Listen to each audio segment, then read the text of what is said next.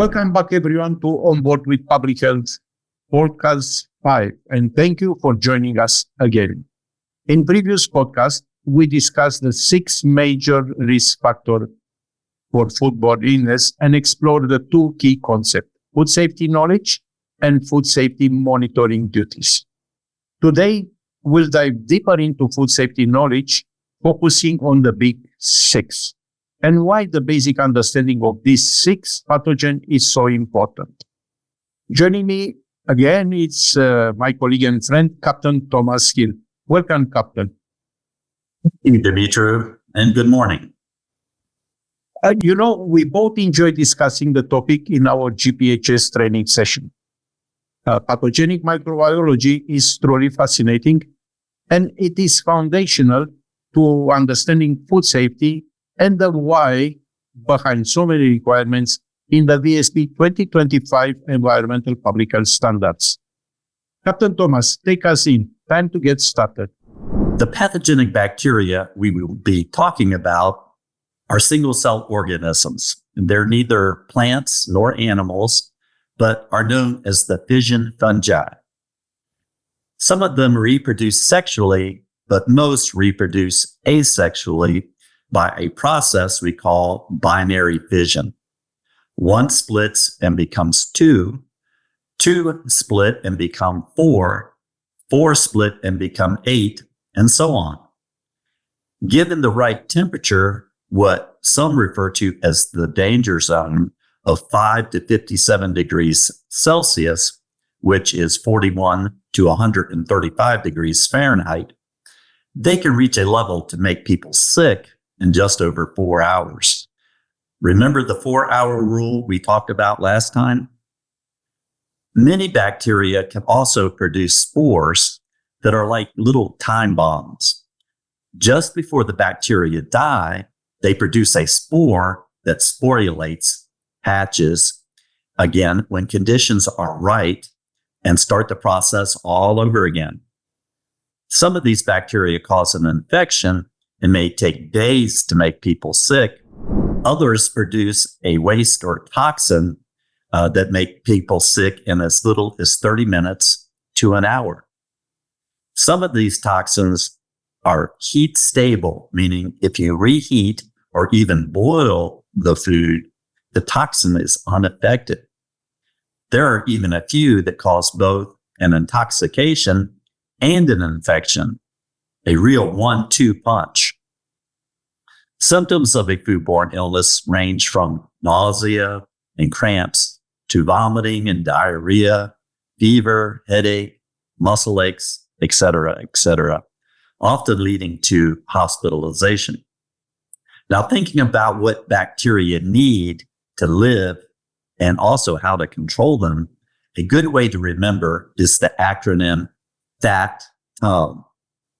So each letter means something. So the F, the very first letter, stands for food. It can be a high-protein food like poultry, but some of these pathogens prefer carbs like cooked rice or potatoes. The A, the second letter, stands for acidity. Most bacteria prefer a neutral pH, but some can go as low as 4.7 on the pH scale. Now, the T in FAT-TOM stands for time, and we're talking about 4 hours. Remember the 4-hour rule.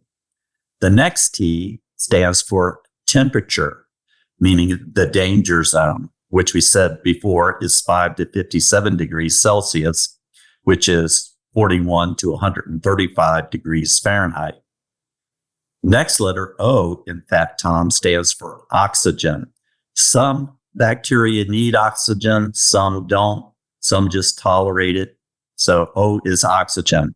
The last letter, M, stands for moisture. It's the water activity level, abbreviated AW. Potentially hazardous food, typically like foods that are in a water activity range of 0.85 or higher. Now, here's a key point.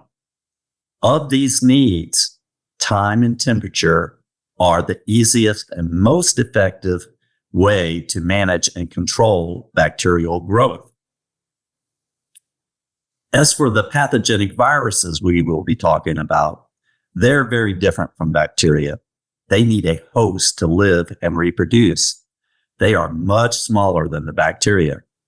They cannot reproduce in food like bacteria can. They reproduce within the host living cells, but they can often survive for long periods of time on inanimate surfaces and on unwashed hands. Contamination of food by bacteria and/or viruses can happen many different ways. Directly, like sneezing on food, for example, or indirectly, like cutting boards. But one way common to both is known as the fecal-oral route. This is when infected people do not wash their hands after using the toilet and then handle food with contaminated hands. Infected food workers don't always show symptoms when they're spreading these pathogens. Thank you, Captain Thomas, for the brief primer. Unfortunately, our time is limited, but I think you covered the basics. Let's dive into the big six, shall we? As you know, when a USPH officer is conducting an inspection, he or she will be asking many questions, including questions about the big six as it relates to the risk factors in preventing foodborne illness. Remember from Chapter 7, Food Safety, Section 7.1.1.1, Food Safety Knowledge. Knowing about the big six will help you answer these questions, and again, will help explain the why to many requirements like cooking temperatures, pathogen destruction. So here we go. Let's talk about the two viruses first. Number one, norovirus. It is one of the most common causes of gastroenteritis worldwide. It doesn't matter if you're on land or at sea. When this virus shows up, it spreads fast. On cruise ships, cases have been linked to food, water, and direct person-to-person contact. But unlike many shoreside environments, cruise operations are regulated by strict public health standards and detailed outbreak response procedures that help keep risk under control. Now, what makes norovirus so challenging is how easily it spreads. Just a tiny number of virus particles, sometimes as few as 18, can make a person sick. Again, the main route is fecal-oral, which means that good hand washing is one of the most powerful defenses we have.